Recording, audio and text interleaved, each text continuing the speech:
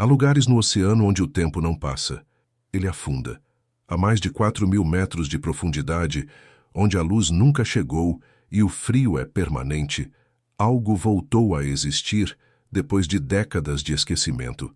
No silêncio absoluto do Pacífico Sul, repousa o USS Juno, não como um navio de guerra, mas como uma lembrança intacta, deitada sobre o leito escuro, coberta por sombras e sedimentos.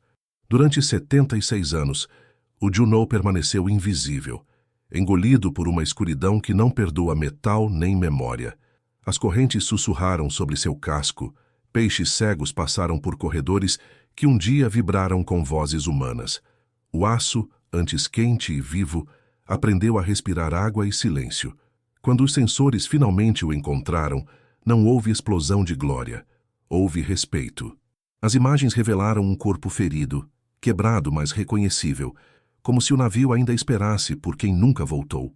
Cada chapa torcida parecia conter uma história interrompida. Cada sombra, um nome. Ali, no fundo do mundo, o USS Juno continua em vigília. Não como arma, mas como túmulo. Um guardião silencioso de um sacrifício que o mar tentou esconder. O que realmente aconteceu naquela madrugada perdida no Pacífico? Como um navio de guerra moderno, recém-saído de combate, pôde desaparecer quase sem deixar vestígios? Por que seus sinais cessaram tão abruptamente, como se o oceano tivesse fechado a mão sobre ele? E, acima de tudo, como 5 irmãos puderam compartilhar o mesmo destino em um único instante de fogo e água? Por décadas, essas perguntas ecoaram em relatórios incompletos, em cartas oficiais frias demais para explicar a ausência, em famílias que aguardaram respostas que nunca chegaram. Teria o Juno afundado imediatamente? Ou houve sobreviventes lutando contra o mar em silêncio? Por que o resgate demorou tanto a chegar? O que foi visto e o que foi ignorado? No fundo dessas questões, existe algo mais profundo do que estratégia ou erro humano. Existe a sensação inquietante de que parte da história foi engolida junto com o navio e que o oceano, por muito tempo, se recusou a devolvê-la. O USS Juno nasceu em um mundo que já sabia que caminhava para a guerra. Sua quilha foi batida em 27 de maio de 1940, nos estaleiros da Federal Shipbuilding and Dry Dock Company, em Kearney, Nova Jersey. Os Estados Unidos ainda não haviam entrado oficialmente no conflito, mas os estaleiros trabalhavam como se o tempo estivesse se esgotando. O ar cheirava a aço quente, óleo e urgência. Cada rebite colocado no casco carregava a expectativa de um combate que parecia inevitável. O Juno era um cruzador leve da classe Atlanta, projetado para um tipo de guerra que se revelava cada vez mais mortal: a guerra aérea. Rápido, estreito, armado com uma densa bateria de canhões de 5 polegadas, ele foi concebido para proteger porta-aviões e frotas contra ataques vindos do céu. Não era um navio feito para a glória solitária, mas para permanecer alerta, girando seus canhões para onde quer que a ameaça surgisse. Lançado ao mar em 25 de outubro de 1941, o Juno entrou em serviço poucos meses depois, em fevereiro de 1942. Seu convés ainda cheirava a tinta fresca quando o ataque a Pearl Harbor mudou tudo. A guerra deixou de ser uma possibilidade distante e passou a ser uma realidade diária. O treinamento tornou-se mais intenso, os exercícios mais longos, o silêncio a bordo mais pesado. Cada homem sabia que aquele casco novo seria testado em breve. Entre esses homens estavam os 5 irmãos Sullivan, George, Francis, Joseph, Madison e Albert, que insistiram em servir juntos, contrariando recomendações e tradições não escritas da Marinha. Para eles, o Juno não era apenas um navio, era o lugar onde permaneceriam lado a lado como sempre haviam feito. A Marinha aceitou o pedido, sem imaginar o peso histórico que aquela decisão carregaria. Antes mesmo de enfrentar o inimigo, o USS Juno já reunia em seu interior uma combinação perigosa: tecnologia moderna, juventude inexperiente e laços humanos profundos. Ele partiu para o Pacífico como parte de uma frota que ainda aprendia a lutar uma nova guerra em mares vastos contra um adversário determinado. O Juno não nasceu como lenda, nasceu como ferramenta, mas o oceano, paciente e implacável, ainda escreveria o resto da sua história. A estreia do USS Juneau em combate ocorreu em um Pacífico já ferido, onde cada horizonte escondia uma ameaça invisível. Em meados de 1942, o navio foi integrado às forças que tentavam conter o avanço japonês nas Ilhas Salomão, uma região onde o mar estreito e as selvas sufocantes transformavam cada operação em um teste de resistência física e mental. O calor era constante, grudava na pele, infiltrava-se nos compartimentos metálicos e tornava o ar pesado demais para respirar com facilidade. O Juneau operava quase sempre em alerta máximo. Seus canhões antiaéreos permaneciam apontados para o céu, seguindo sombras que surgiam e desapareciam entre nuvens rasgadas pelo sol.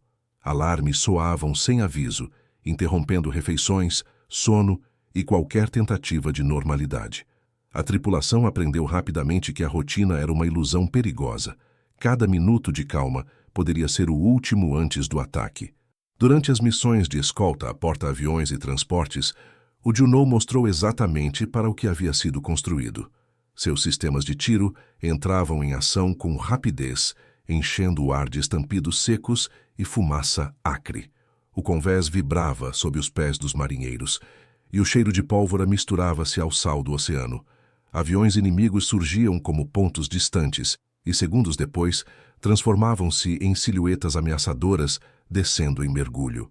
Foi nesse ambiente que o navio enfrentou sua primeira prova real de fogo. Ataques aéreos coordenados testaram a precisão de suas baterias e a disciplina da tripulação.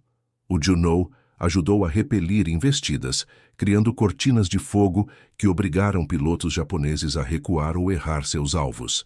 Cada avião abatido era recebido com um breve alívio, nunca com celebração. Todos sabiam que outro ataque viria. As dificuldades técnicas também se impuseram. O desgaste constante, a manutenção feita sob pressão e a necessidade de permanecer em operação quase contínua cobravam seu preço. Sistemas aqueciam além do previsto, comunicações falhavam por segundos críticos e pequenos erros precisavam ser corrigidos imediatamente. Não havia margem para falhas prolongadas. Entre os irmãos Sullivan, a missão tinha um peso adicional. Eles compartilhavam turnos, preocupações e olhares silenciosos durante os momentos mais tensos. A presença uns dos outros era ao mesmo tempo um conforto e uma fonte de ansiedade. Sabiam que, se algo acontecesse ao navio, nenhum deles estaria longe do perigo. Ao final dessas primeiras operações, o USS Juneau já não era apenas um navio recém-comissionado. Ele carregava marcas invisíveis de combate, e sua tripulação havia aprendido que, naquele teatro de guerra, sobreviver ao dia seguinte era uma vitória em si. À medida que 1942 avançava, o Pacífico tornou-se um campo de provas implacável. O USS Juneau foi lançado em uma sequência quase ininterrupta de operações, onde o desgaste não vinha apenas do inimigo, mas do próprio ambiente. O mar mudava de humor sem aviso, passando da calmaria enganosa a ondas violentas que castigavam o casco. O sal infiltrava-se em tudo, corroendo metal, equipamentos e a paciência dos homens. A guerra, ali, era uma presença constante, mesmo quando nenhum tiro era disparado. O Juneau operava informações complexas, protegendo unidades maiores e mais valiosas. Sua função exigia vigilância contínua. Os operadores de radar permaneciam atentos a telas que piscavam com ecos incertos. Qualquer sinal podia significar um ataque iminente.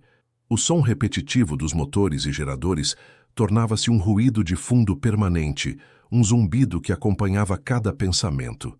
Dormir era um exercício fragmentado, feito em intervalos curtos, interrompidos por alarmes e ordens urgentes. As batalhas nas Ilhas Salomão transformaram-se rapidamente em confrontos brutais de atrito. Não havia linhas claras de frente. Combates navais ocorriam à noite, em distâncias curtas, onde a identificação visual era precária e um erro de segundos podia ser fatal. O Juneau participou de escoltas sob ameaça constante de submarinos inimigos invisíveis que atacavam sem aviso. Cada estalo suspeito no casco fazia os homens prenderem a respiração, imaginando o impacto de um torpedo que poderia vir a qualquer momento. O desgaste humano acumulava-se.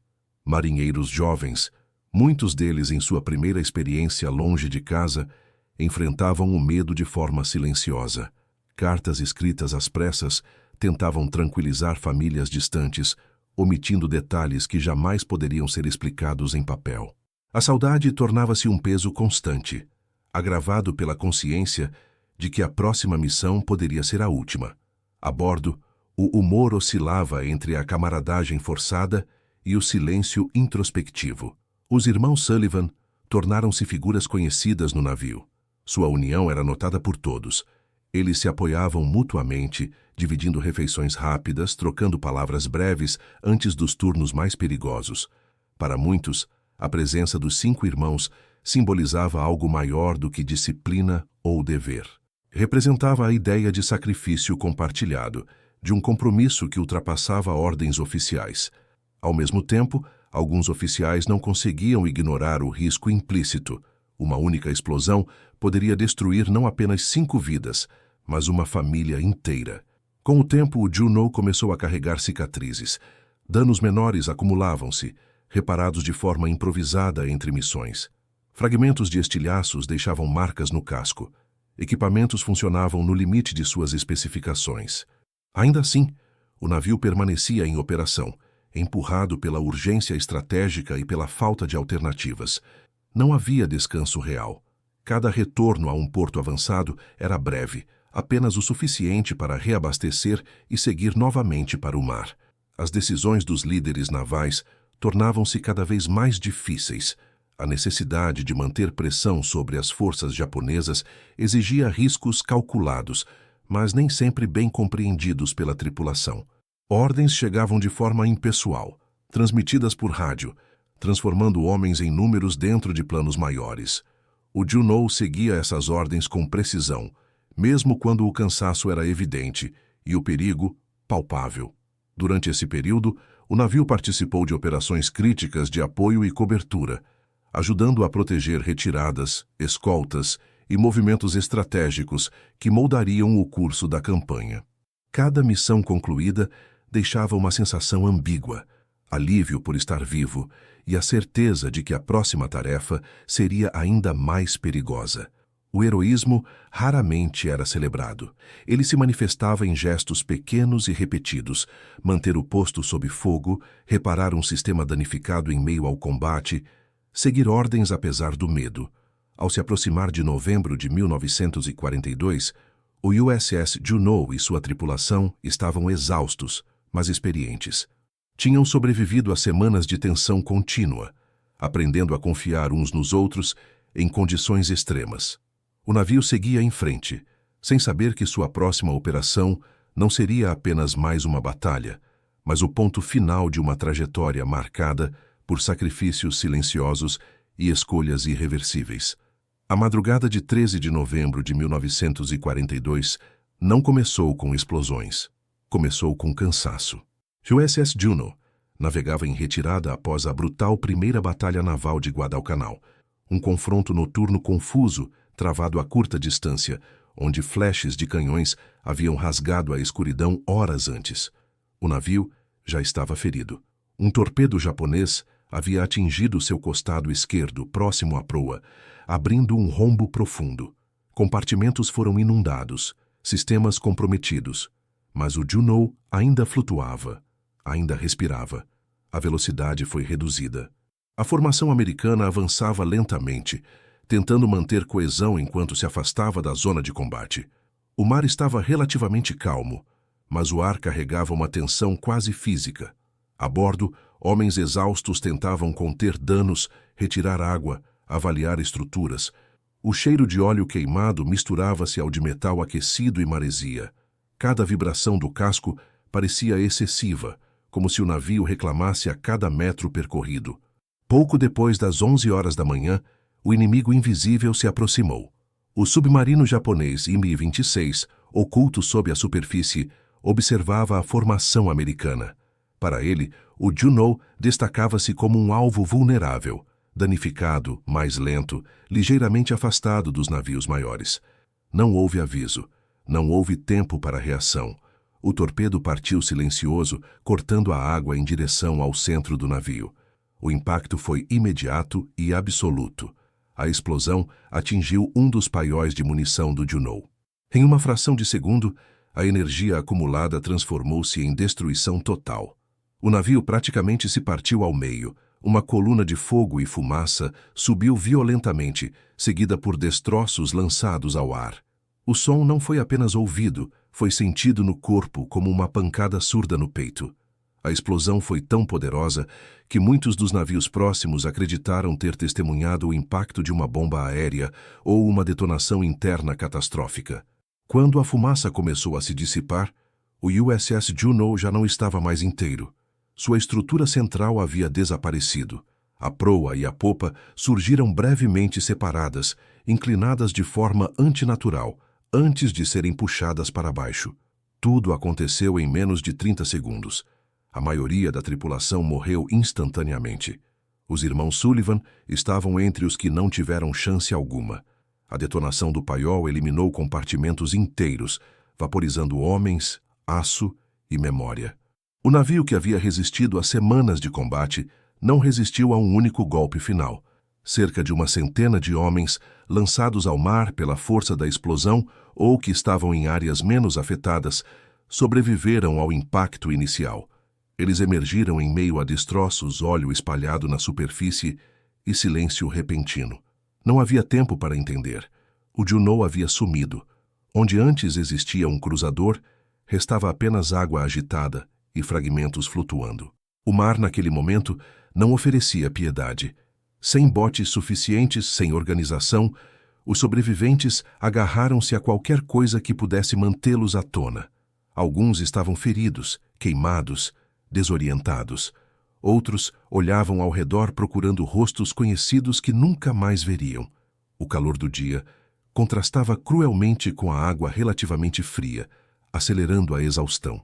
O maior golpe, porém, ainda estava por vir. Os navios americanos que presenciaram a explosão não pararam. A decisão foi tomada rapidamente, sob o peso do medo de novos ataques submarinos. A formação acreditou que não havia sobreviventes. A violência da explosão parecia definitiva. Seguir em frente pareceu, naquele instante, a única escolha possível para evitar mais perdas. Um pedido de resgate foi transmitido, mas de forma incompleta, sem urgência clara, perdido em uma cadeia de comando sobrecarregada. Os homens na água não sabiam disso. Horas passaram. O sol avançou pelo céu, queimando a pele exposta. A sede tornou-se insuportável. Alguns começaram a delirar, chamando por companheiros, por mães, por vozes que só existiam na memória. Durante a noite, o frio tomou o lugar do calor, e o corpo, já enfraquecido, começou a falhar. Nos dias seguintes, o oceano revelou sua face mais cruel. Tubarões apareceram atraídos por sangue e movimento. Homens isolados desapareceram em silêncio, puxados para baixo sem gritos audíveis. Outros sucumbiram à desidratação, à insolação, às infecções. Pequenos grupos se desfizeram à medida que a esperança se esgotava. Aos poucos, a quantidade de sobreviventes diminuiu drasticamente. Quando o resgate finalmente chegou, dias depois, restavam apenas 10 homens vivos. 10, de uma tripulação de quase 700. Eles foram encontrados à deriva, exaustos, queimados, reduzidos ao limite da resistência humana. O oceano havia levado o resto. A tragédia do USS Juneau não foi apenas o afundamento de um navio. Foi a soma de decisões tomadas em segundos, de falhas de comunicação, de um inimigo invisível e de um mar indiferente. Foi o instante em que 5 irmãos desapareceram juntos, transformando uma perda militar em um símbolo nacional de sacrifício irreparável. Quando o Juneau tocou o fundo do oceano, levou consigo não apenas aço e armas, mas centenas de histórias interrompidas. O silêncio que se seguiu não foi imediato. Ele levou dias para se impor, mas quando finalmente chegou foi total. Depois da explosão, depois da água fechar-se sobre os destroços, veio o silêncio. Um silêncio que não é ausência de som, mas presença contínua. No fundo do Pacífico, onde a pressão esmaga e a luz nunca existiu, o USS Juneau permaneceu esquecido. Décadas passaram sem que olhos humanos tocassem seu casco partido. O mundo seguiu em frente, guerras terminaram, novas tecnologias nasceram, Mas ali embaixo nada mudou. O navio repousou quebrado, separado em seções, envolto por sedimentos finos que se acumulavam lentamente, ano após ano. A água fria conservou formas e feridas. Corredores vazios tornaram-se abrigos para criaturas silenciosas. Onde antes havia vozes, restaram apenas correntes suaves deslizando pelo metal. Nenhuma bandeira marcou sua posição. Nenhuma lápide indicou o local. O Juno tornou-se parte do próprio oceano, um objeto sem nome em mapas incompletos, conhecido apenas por relatos e coordenadas imprecisas. Para as famílias, o silêncio foi ainda mais profundo. Não havia um lugar para olhar, nem um ponto final claro. No escuro absoluto, o USS Juno aguardou, não por resgate nem por reconhecimento. Apenas permaneceu ali, como um segredo pesado demais para a superfície carregar. Em março de 2018, o silêncio que envolvia o USS Juno foi finalmente interrompido. Não por vozes humanas, mas por sinais digitais atravessando quilômetros de água escura. A expedição liderada pelo navio de pesquisa Petrel, financiado por Paul Allen, partiu com um objetivo claro: localizar um dos destroços mais simbólicos e dolorosos da história naval americana. As coordenadas eram imprecisas, baseadas em relatos fragmentados e erros acumulados ao longo de décadas. Ainda assim, a busca avançou. A profundidade impunha respeito. Mais de 4.000 metros abaixo da superfície, a pressão é esmagadora, capaz de deformar aço como papel. Nenhum mergulho tripulado era possível. O trabalho dependia de veículos operados remotamente, equipados com sonares de alta resolução e câmeras capazes de enxergar onde o olho humano jamais esteve. Cada varredura do fundo era lenta, metódica, quase ritualística. Quando os primeiros contornos surgiram nas telas, não houve comemoração, houve silêncio. O sonar revelou formas artificiais em meio a uma paisagem natural lisa e indiferente. Conforme o veículo descia, as imagens tornaram-se mais claras. Um casco partido, estruturas reconhecíveis, canhões ainda apontados para um céu que não existia mais. Não restava dúvida. O USS Juno havia sido encontrado. Os destroços estavam espalhados, confirmando a violência da explosão descrita nos relatos históricos. A seção central simplesmente não existia. A proa e a popa repousavam separadas, envoltas por uma fina camada de sedimentos. O nome do navio ainda podia ser identificado em partes preservadas, como se o oceano tivesse escolhido não apagar tudo. Para a equipe a bordo do Petrel, o momento foi profundamente emocional. Muitos permaneceram em silêncio diante das telas, conscientes de que não observavam apenas um objeto histórico, mas um túmulo de guerra. Nenhum artefato foi tocado, nenhuma peça foi retirada. A decisão foi clara desde o início.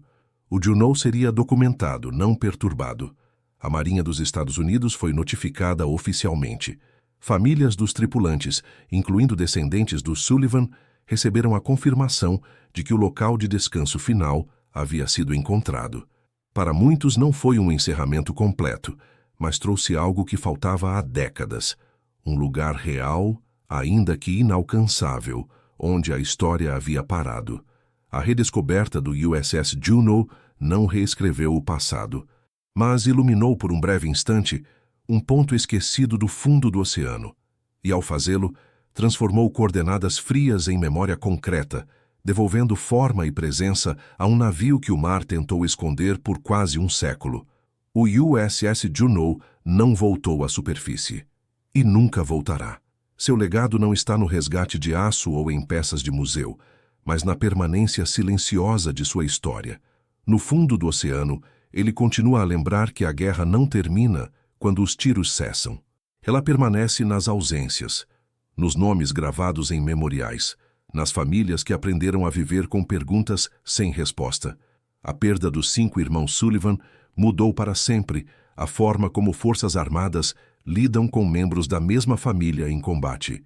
Sua morte conjunta não foi apenas uma tragédia pessoal, mas um alerta institucional. A partir dela, políticas foram revistas, buscando impedir que um único instante de violência apagasse uma linhagem inteira. Esse impacto invisível se espalhou muito além do campo de batalha. O Juneau também representa os milhares de navios e homens que desapareceram sem testemunhas, engolidos por mares profundos e decisões tomadas sob pressão extrema. Ele lembra que heroísmo raramente é acompanhado de reconhecimento imediato. Muitas vezes, ele existe apenas no cumprimento silencioso do dever, longe de câmeras, longe da história oficial. Para o oceano, o USS Juneau é apenas mais um corpo estranho em seu fundo escuro. Para nós, ele é um marcador de memória, um lembrete de que tecnologia, estratégia e poder nunca anulam a fragilidade humana. Cada chapa de aço retorcida carrega ecos de vozes que confiaram naquele casco suas vidas e seus medos. Enquanto permanecer ali, envolto por silêncio e pressão, o Juneau continuará cumprindo sua última missão, não como navio de guerra, mas como guardião de um sacrifício coletivo que não deve ser esquecido. No escuro absoluto, ele permanece, e enquanto for lembrado, nunca estará verdadeiramente perdido.